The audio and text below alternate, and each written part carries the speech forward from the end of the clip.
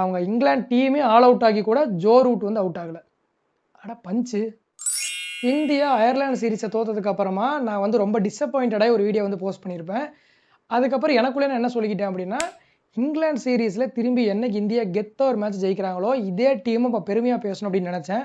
But T20 series முழுக்க அதுக்கு வாய்ப்பே தராமல் ஒரு ஒயிட் வாஷ் ஆகி ஒரே அசிங்கமாக போச்சு. அதை பற்றி இன்னொரு நாள் தனியாக வந்து பேசலாம். பட் இப்போ ஃபர்ஸ்ட் ஒன் டே வந்து ஜெயிச்சிருக்காங்க, அதை பற்றி பேசலாம். T20 ஸ்குவாடில் ஏகப்பட்ட சட்ட சிக்கல் இருந்தாலும் ஒன் டே டீமை பொறுத்த வரைக்கும் நம்ம பெருந்தலைகளான விராட், ரோஹித், பும்ரா, சுப்மான் கில், KL ராகுல் இந்த மாதிரியான பிளேயர்ஸ் அந்த ட்ரெஸ்ஸிங் ரூமுக்குள்ளே வந்ததும் அந்த டீமோட என்விரான்மெண்ட் அண்ட் கான்ஃபிடென்ஸே வந்து வேறு மாதிரி தெரியுது அப்படின்னு தான் வந்து சொல்லணும். ஆக்சுவலி ஃபர்ஸ்ட் இன்னிங்ஸ்லேருந்தே வந்து ரொம்பவே கான்ஃபிடென்ட்டாக இருந்த மாதிரி தான் இருந்துச்சு. அண்ட் பும்ரா அண்ட் பிரசித் கிருஷ்ணாவுடைய பவுலிங் ஸ்பெல் ஸ்டார்ட்டே வந்து ரொம்ப ஃபயரியாக வந்து இருந்துன்னு தான் சொல்லணும். டக்கெட் அண்ட் ஜேக்கப் பெத்தலுக்கு ஒன்றுமே புரியல. ஒரு 60 ரன் வரைக்கும் விக்கெட் விடாமல் தான் ஆடிட்டு இருந்தாங்க. பட் அந்த 60 to 80ங்கிற ஒரு கேப்பில் 5 விக்கெட் அப்படியே மலமலன்னு சரிஞ்சிருச்சு. அதுக்கப்புறமே இங்கிலாந்து பார்த்தீங்கன்னா பேக் ஃபுட்டில் வந்து போயிட்டாங்க. அங்கேருந்து மோர் ஆஃப் ரெக்கவரி தான்.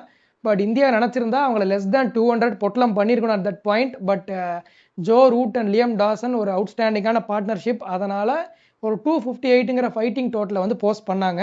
அவங்க இங்கிலாந்து டீமே ஆல் அவுட் ஆகி கூட ஜோ ரூட் வந்து அவுட் ஆகலை. அட பஞ்சு.